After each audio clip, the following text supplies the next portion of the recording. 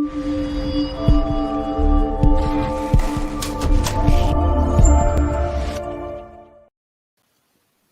evening, my friends.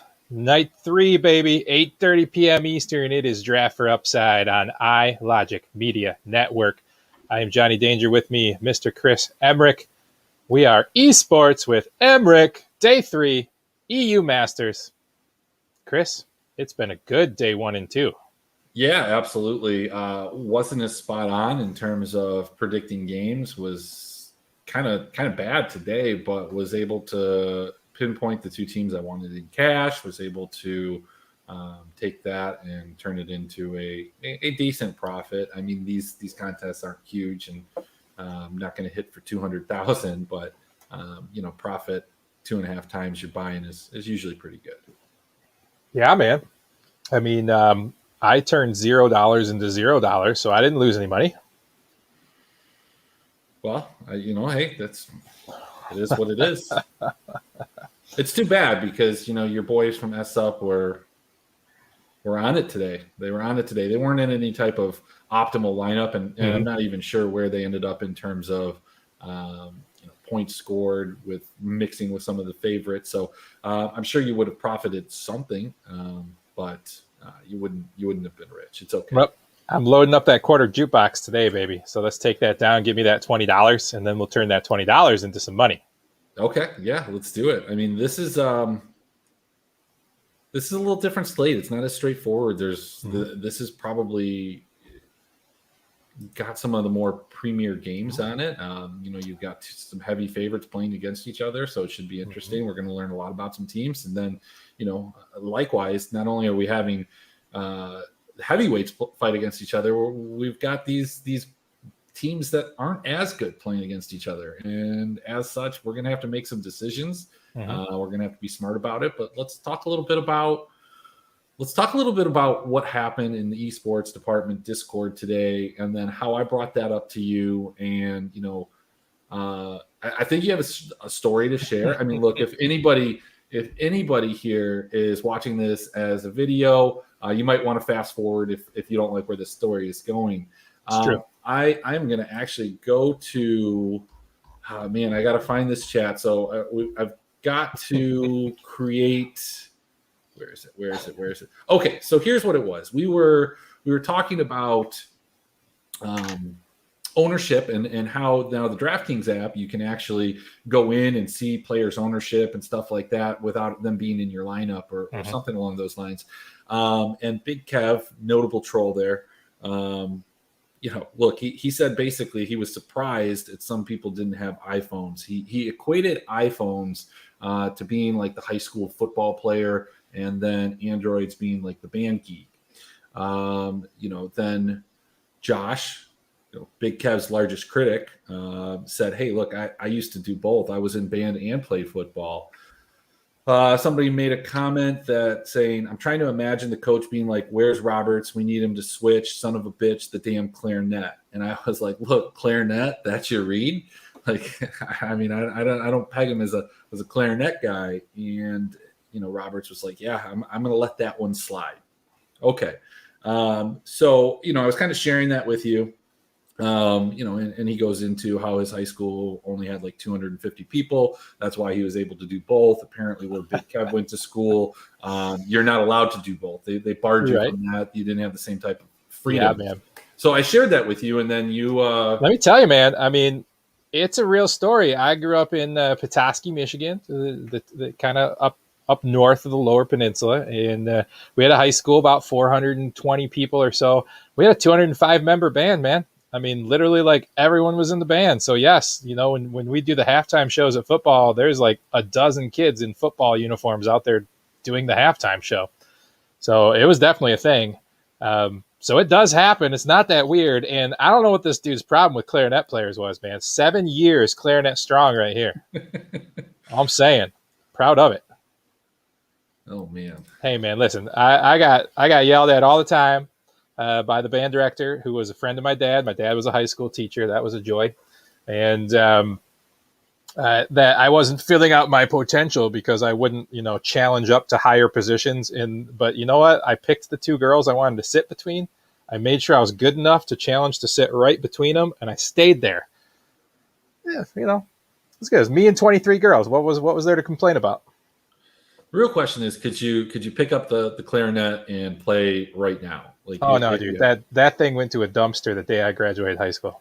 No, I meant if you had a clarinet that was just, I'm not saying you have one, but if you were given one, could you play? I could make some noises. Okay. I don't know if I could read music anymore. It has been 22 years.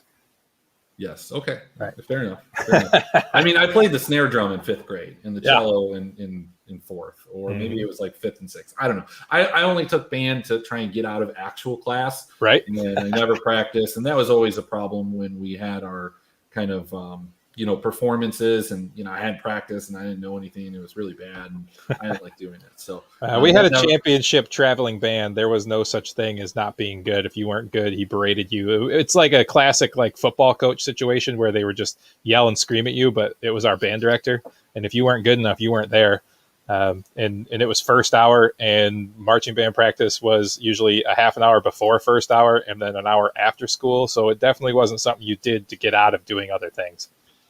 Well, I'll tell you, during high school, I wasn't on the football team, nor was I in the band. I was typically pretty high in cutting class. That was typically my thing, Not shocked by that, my friend. Yeah. No, I think they actually changed the entire attendance policy in Utica community schools based on the fact that in my senior year, I turned 18. My mom signed over the rights that I could sign myself out, and I missed like 60-some excused days of classes and was still able to pass some of those because they were excused absences. I could wake up late, call in, say, hey, look, I'm going to be a little late today. It was really fantastic. And I missed that. You went the other direction. See, I got rid of all my prerequisites as fast as possible. And so my senior year, I had band first hour. I had creative writing second hour. Third hour, I was in my dad's computer programming class, but I could do computers better than he could, so I mostly just wandered around and helped other students. Then I did the freshman PE teacher's aide, and then I did 2 hours of the IT department's teacher's aide. Oh, no. It was good. I did nothing. I had 7 classes. 5 of them were gym classes. Okay? Yes, so I love it. It wasn't a big thing. I had a computer programming class, and I wasn't very good at it. I got caught for cheating because I copied somebody's code. And the only way that they caught me was that he was the smartest kid in the class. And he was the only one that nailed that assignment, along with me, who was usually asleep at my desk. So it kind of knew something was up there. For sure. Yeah, man, that sounds like my, I for a brief period, I thought I was going to go into architecture. And my brother had gone into architecture. And one of my friends is currently an architect in Manhattan. And so, like, it was just kind of a thing. We took this, it's like a 2-hour class, right? Well, my brother was 5 years older than me, and he spent the whole time doing architecture. I found all of his discs when he moved to college, and I just took all of his projects, made a few color changes and a few things, put my name on it, turned it in, and we played Command and Conquer all day, every day in that class for the entire year. Nice. Yeah, it was a beautiful thing. It was a beautiful thing. I don't know who's watching. Somebody's watching from my feed. Hopefully it's not my dad. It's fine. I think 22 years later, I'll probably get forgiven. So, yeah, it's all right. I mean, it made you who you are now, right? True story, right? Yeah, a guy hanging out in the Millennium Falcon with you on a Thursday night at 8:30. Just a couple guys hanging out in their hallways, their bedrooms, their kitchens. Wherever it may be. This might not be like Notoriety Sports Network. Hey, I think we're all right. So, hey, I wish I had that shock jock button with the air horn right now. Yeah, I mean, look, we're talking about copying work, and if there's anybody that can copy work, it is Notoriety Sports Network. Let's just take something and slap our logo on it, right? Hey, all right, man. Let's talk about nobody's here for this. Nobody's here for this, right? Like nobody's here for this. So let's talk about. Well, let's get back to this group stage. I just put it up there, the results of the last 2 days. Where you at? I know you only went 3 for 3 in your game predictions yesterday, even though you crushed DFS. So where's the shockers? Where's the surprise? What's your opinion going into the third day of this round robin? Well, there were a lot of surprises today. I mean, when we were looking through the games yesterday, it was hard to get away from a lot of the different favorites. I mean, SO4 and BTS was a game that I said that, while SO4 was the favorite, I thought BTS had probably the best chance to upset on the entire slate. It was hard for me to roster them just looking at their gold differential at 15 being something that was like negative 700, the worst in the entire tournament. So it was hard to roster them. They played really well. That ended up being the first upset. And like we said, they were going to be popular, SO4, just based on the pricing. Carmine was going to be popular. It was very easy to take those two teams and stick them with, Misfits or Kick or Big or any of these high-priced favorites, some of which you ended up losing. So, that first game, I didn't get to watch everything live today. I was in and out of appointments, and I walked into an appointment. BTXL was up 2 dragons. They looked like they were in a good position. They drafted a really easy composition to play, realizing that they probably weren't, better than these other guys after they just got embarrassed by a team that, was third in the region. Now you're taking on a tournament favorite. Went back and watched that game. As I left my appointment, I opened up my app and saw that, okay, all right, fantastic. Carmine somehow kind of just dominated from the moment I went in till when I came out. Rome just getting caught in his jungle for no reason. God, that guy is terrible. I felt bad for him when Mad Lions cut him after their poor performance, but he's not doing anything for me. I mean, I get it now. I got it then. It's just I don't feel bad anymore. So that game started off, and I identified the two teams that I felt were safest was in that game was Carmine. I thought, how could they lose this game? And so I was a bit worried, and I thought Big was the other safest game. So we go into that second game. SO4 looked like they were gonna do some things. There was a beautiful combination, alt with Rel, with Nar, and I don't know what it is about that red side tier 2 tower. Teams wanting to get up there, kind of get crazy. But I've seen a lot of games turn over the last 2 days right there in that same spot. And, it just didn't go well. It didn't end up the way that they wanted to. And, BTS came out with the win. So that was huge. It was a great scoring game, kind of on both sides. But, you had BTS at like 4% ownership, whereas 04 Evolution was like 30% because they were cheap. They scored well. It was a good spot. We moved into that third game, and that was Rogue versus G2. G2 looked terrible. I was going to say, are you shocked that they're 0-2? I'm not shocked. I mean, that's a tough group. I mean, when you look at Rogue, that's a league winner. Lost only a handful of games. Misfits coming out of the LFL, they were strong as well. And then you have another league winner in S-Up, which Energy Pot last year is what they were known as. They really put up a good fight. And so, yeah, this is a tough group. They just played the top 2 teams. It's not just that they played those 2 teams and lost. It's just they looked absolutely outclassed in all of their matchups so far. They were a team that played very well at the beginning of the split and kind of faltered towards the end of the season. And that's something that is evident here. Some teams play well in certain metas. Some teams figure things out before other teams. And then just as teams start to figure it out, they get exposed as somebody that was just smart at the beginning, but couldn't adapt late. And, I think that this next game that they have, they really need to pick up a win against the weakest team in the division going into, the second round robin of it. So moving on, biggest upset. Misfits looked like they had that game in hand. The game was going back and forth. S-Up was putting up a fight. Our Serbian friends that exposed puppy parts didn't look like they were going to be able to win it. They won just a massive team fight late in the game, and they were able to turn that in, and just death timers were too long. They ended the game. So that was a huge upset, but it wasn't the upset that kind of broke the slate. That was going to be the next one. The darlings of the tournament, Kick, huge ownership, despite them being super expensive. Again, it was a situation. I think people remember them primarily from last year where they took second in spring. Pookie Slaw, like we talked about yesterday, has a huge kill share. I think was around 30%, despite being, I think, the second highest priced ADC on the day. And they just got dominated. They fought back, but they got dominated. This was a very good scoring game, and this wasn't a game that I was targeting even as an upset, because Kick just doesn't have the depth per loss that constitutes playing somebody against them. I was totally wrong here. If you look up and down the main GPP lineups, the first 20 or 30 spots are like the 20 or 30 people that actually played Fermagusta. So Fair enough.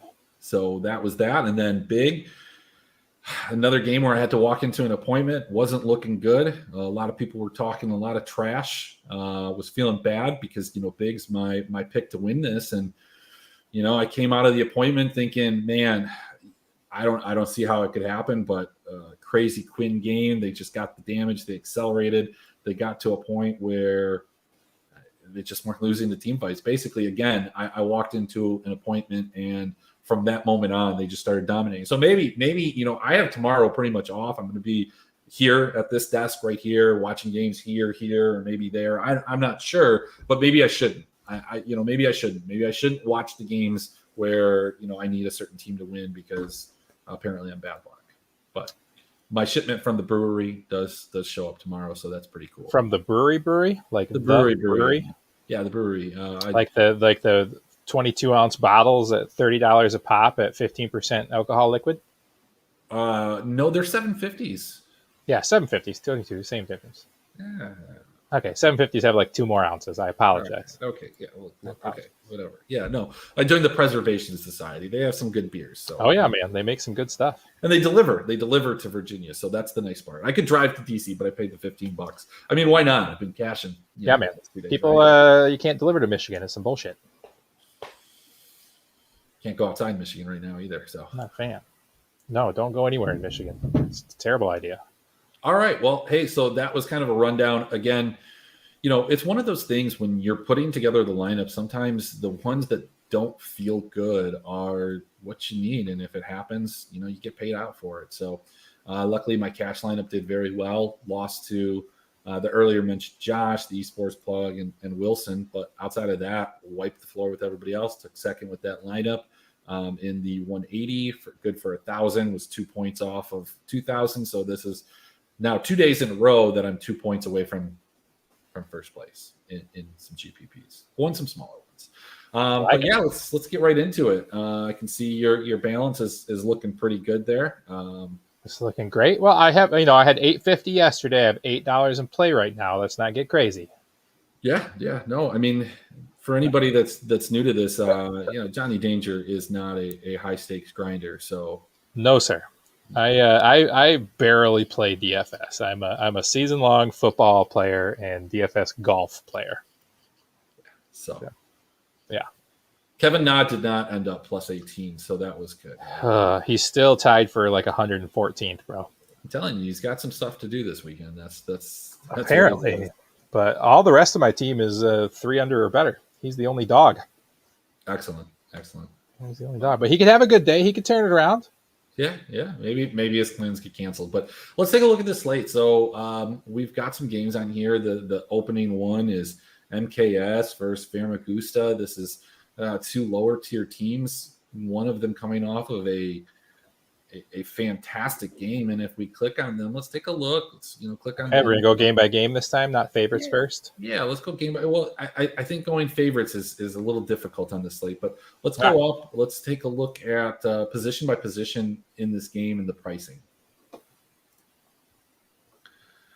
So, what's interesting to me is, can we just flip through all the positions? We got MKS in front, MKS.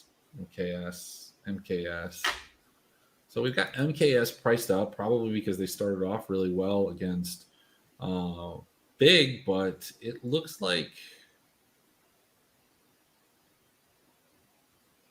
I'm trying to find the. I don't feel like my odds. Okay. Hang on 1 second here. What is going on? Good stuff. I know. Okay, so I figured it out. I couldn't find the game in the bets, and there's no line on this game. It's not posted anywhere, and that's what was kind of throwing me off. And I guess they just don't know what to do with it. When we're looking at this, you've got, I would say, Famagusta has to be the favorite here, but they're not priced as such. I think they're going to be popular. They scored really well. So this is a game where two teams are not, mismatched in any way. I think this is a pretty even matchup. You've got to kind of lead towards Famagusta just based off of that game, and I think they're going to be popular as a result. Let's kind of pop over and take a look at some of the other games and just look at the pricing and comparison. Fair enough. Next one, just take a peek. Yeah, this is the two heavyweights in that division. You've got Big going against Kick. I think Kick is priced way down. Like, yeah, look how cheap Pookie style is. 6,800. I mean, they lost. I mean, and that's what's going to happen is you're going to see a 7-7 team that got hot in the playoffs is now coming in after getting beat by a lower region team. Of course, they're going to get priced down. Big, pretty close to a tournament favorite, handled business. They're going to be priced up. I think this is a great spot to get in on Kick and play into this recency bias. I do believe that they'll probably still be pretty highly owned as highly owned as they were today. I don't think there's going to be, you're not going to be sneaky by playing Kick here. Mm-hmm. You're just not. So let's move into the next one. And this is another kind of heavyweight matchup. And what might happen is all four of these teams, whether it be Big, Kick, Rogue, Misfits, they're going to take away ownership from each other. Misfits losing that game, they still look good. They're still priced up. I don't have a pick either way here. If I had to, I have to go with the Polish heritage here, and I'm going to take Rogue. I'm going to take Kick. No, I'm not going to take Kick. Actually, I'm going to go with Big. So Big, we're going to go with Rogue. So we're going to take one favorite, one underdog. I think you're going to be splitting a lot of teams here with these two teams being priced where they are. And I'm talking about Kick. I'm talking about Rogue. They're cheaper than what they should be, and what these games, have the potential to pop off. They're going to be mixed with a lot of the other teams, and yeah, I like playing both sides of these. So here's the one that is intriguing. See, I'm changing the words. It's different eye. It's not interesting. G2 Arctic have just looked so bad playing higher level competition. They're going against a lower team, but a team that has been competitive and, in fact, beat Misfits and really actually should have beat Rogue if they hadn't thrown that game. So it's my boy.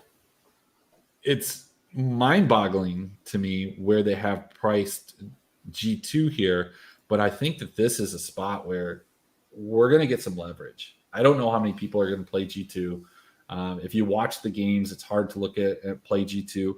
If you look at their fantasy points per game, just across every position, you're looking at Supa right there, 6.1. If you click the top, the jungle, or the mid, could you do that for me? Yeah.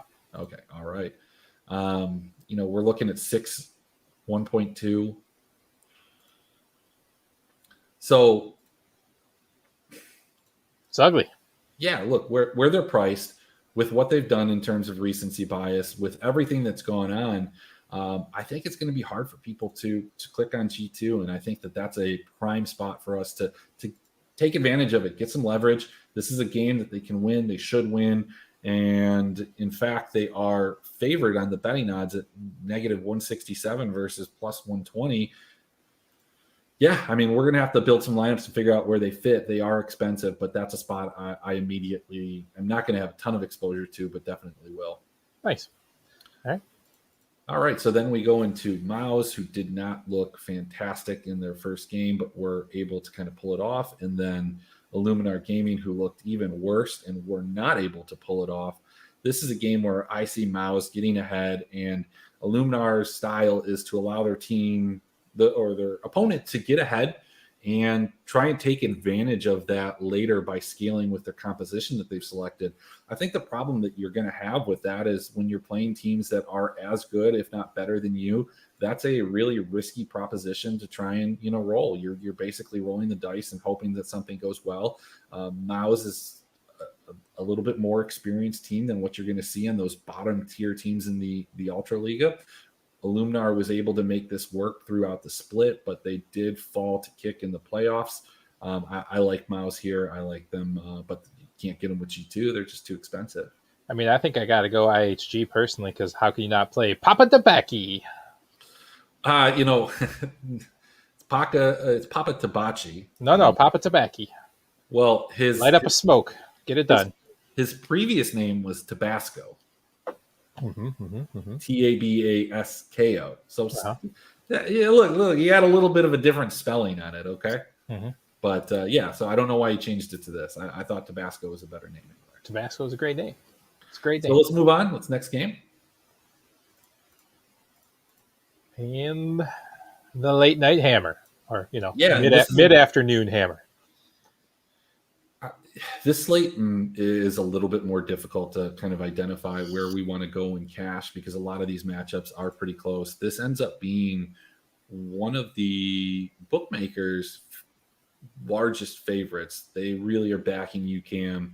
UCAM coming off of their first game where they beat Illuminar. MCK, they put it to Mouse. It was a good showing from them, but they just kind of got outclassed. I mean, I think this is another game where I'm not favored. I don't care that they're negative 337. I don't think that this game is that far apart. I think MCK, Mako can come in here and they can definitely beat them. I think they're a live dog. I think this is a great spot where you can get some leverage along with that G2 lineup. So let's go back up and take a look at the games. Again, I think a lot of these are pretty close. If I'm not even sure where I'm going to go with cash right now. I don't know which game. I mean, based off of performances, what we've seen so far, I think you're probably looking at Big, Fermagusa, and probably Mouse as the three teams that you want to look at as your heaviest favorites, the ones that I feel the best about. So where are we going to start here?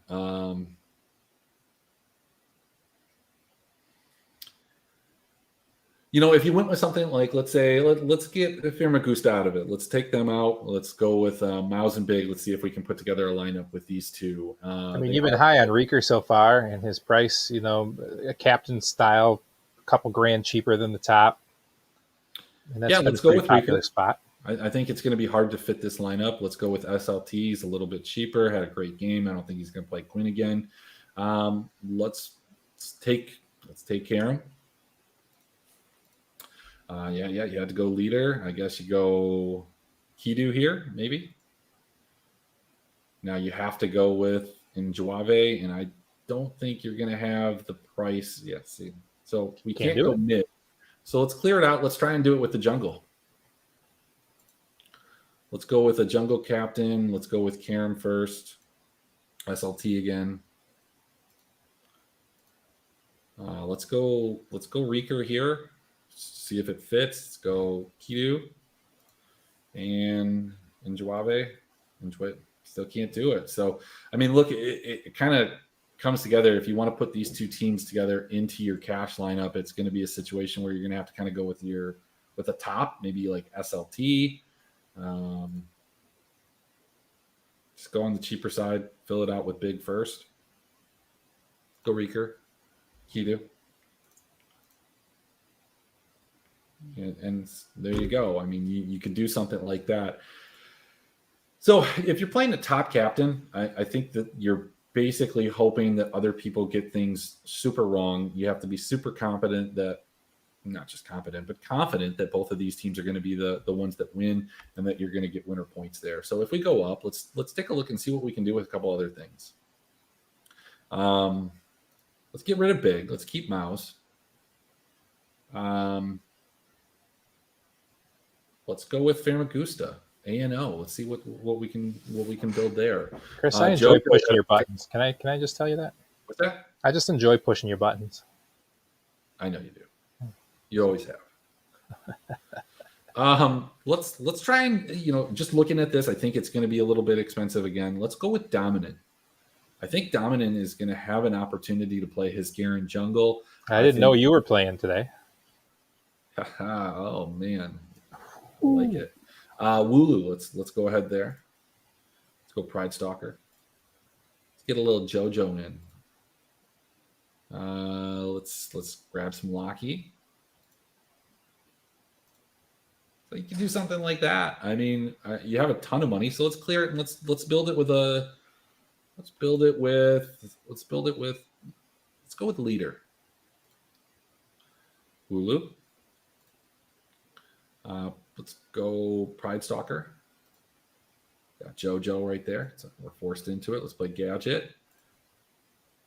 Can we get him? Can we get? I don't think we're gonna be able to do that. So maybe you do like a 3-3. Yeah, go with that. And yeah, you go 3-3. Grab them as a team slot.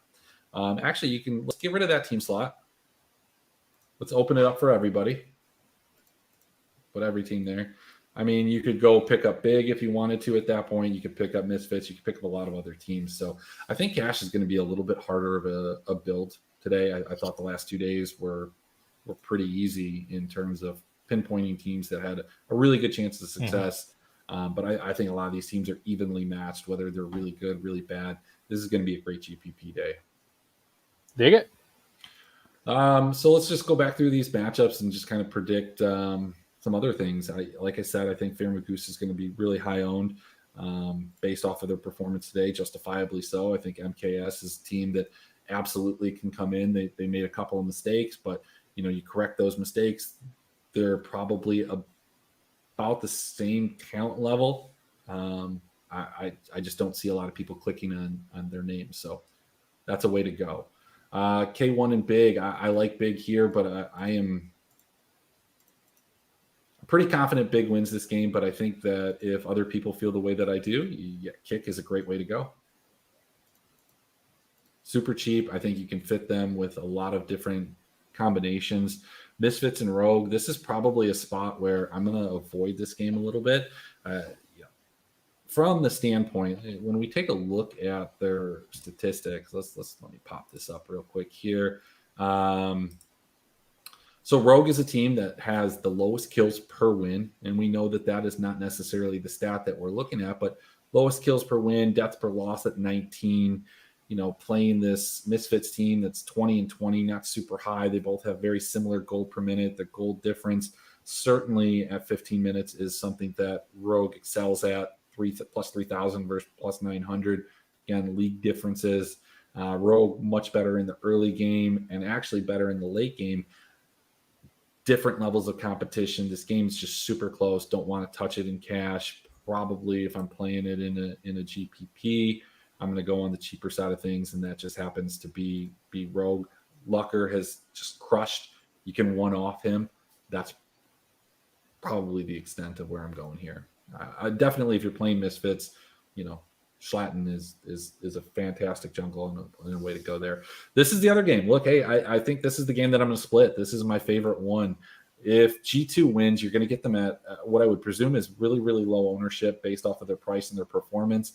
But we've seen SUP just provide a fantasy environment where we're going to score a lot of points. Whether it's us scoring the points, the other team's going to score the points. There just happened to be some games that kind of popped off a little bit more today. I don't expect that same type of situation. I love playing G2 here. We're going to go back to that before we end.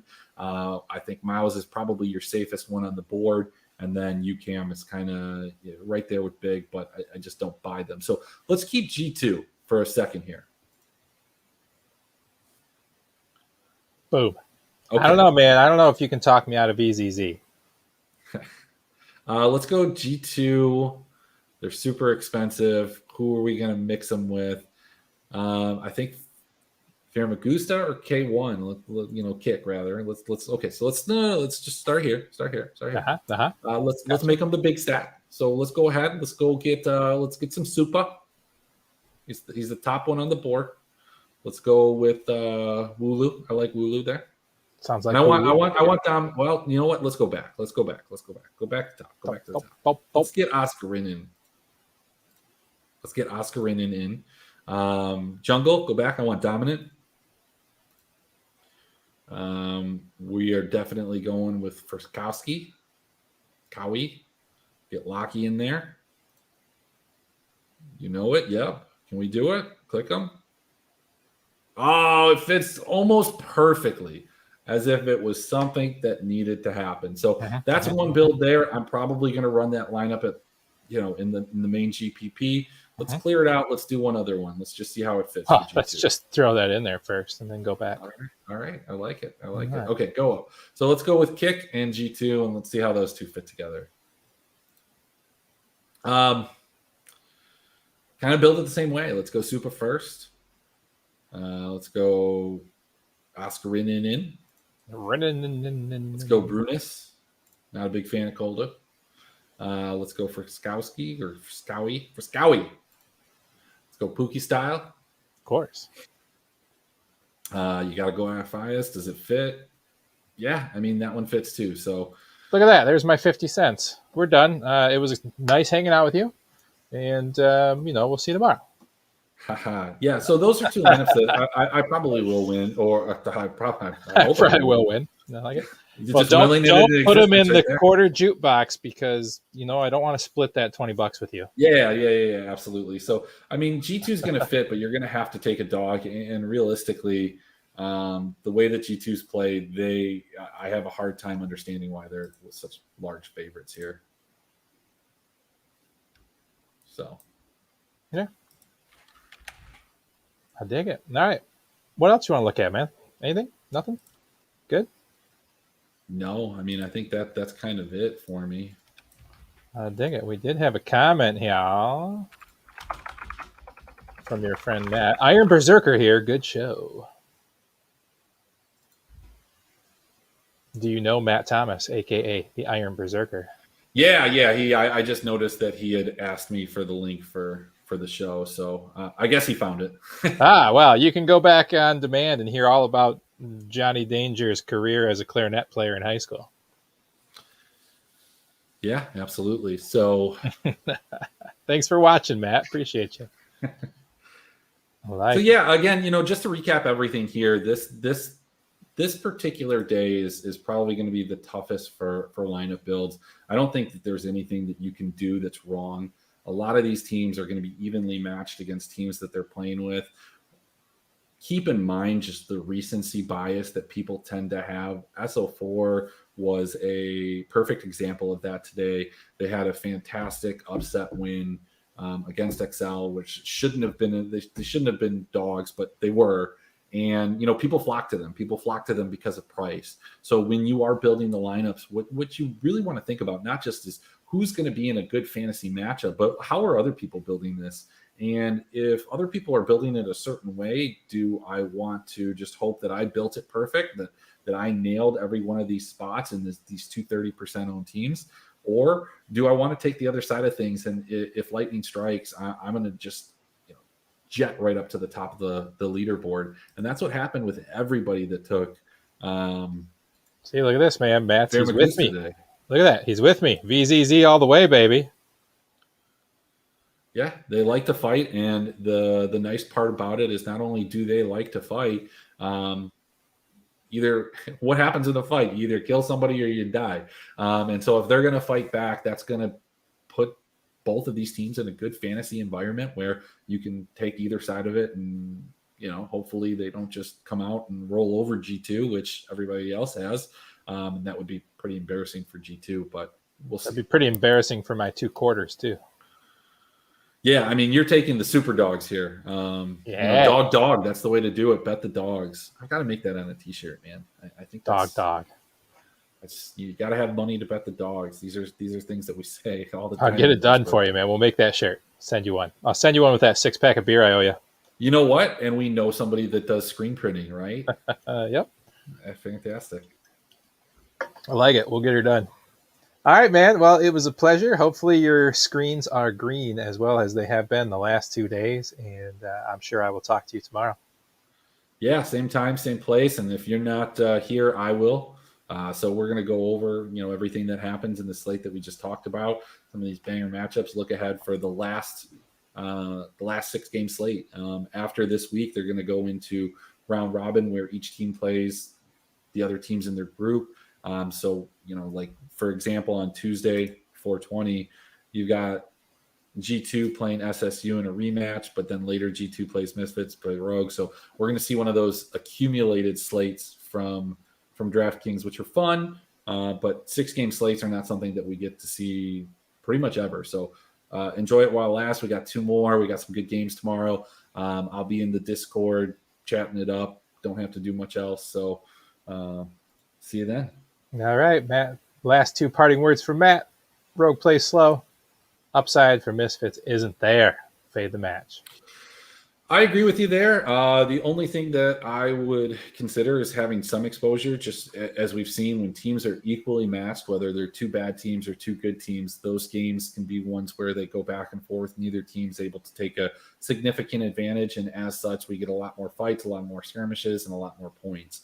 That's the only consideration I would have with that game is you could be looking at 2 teams that could face again in the finals. I don't know how that works in terms of the knockout stage, but I would imagine 2 teams from the same group would be put on different sides of the bracket if they finish 1-2. So I would hope so, man. 45-minute game, 50-minute game, hour game. Those are the games that, hey, look, you want to get crazy? You want something that's crazier than G2? You want something that's crazier than anything we talk about? Game stack. Yeah, game stack on a 6-game slate. Let's do it. Get wild. I'm going to have to deposit 1 more quarter. I will tell you. I mean, done. last year, S-Up, known as the Energy Pot Wizards, they were part of a game stack that took down, but I believe it was like a 2-game slate. So I guess that doesn't count. You're right. Never mind. It was with Fnatic. I remember this. All right, man. Well, we are Draft for Upside. This was eSports with Emrick. I am your host, Johnny Danger. This is our 3rd day. I probably won't be here tomorrow, Chris, so you're going to have to figure out how to do this solo. And, of course, you can check out all the rest of the stuff at ilogicmedia.com. And if you think you can do better with us, or than us, with us, you can come on with us. But if you can do better than us, go to ilogicmedia.com, reach out. I'll set you up with your own podcast. See how you do. I dig it. All right, buddy. We'll talk to you later. All right, later.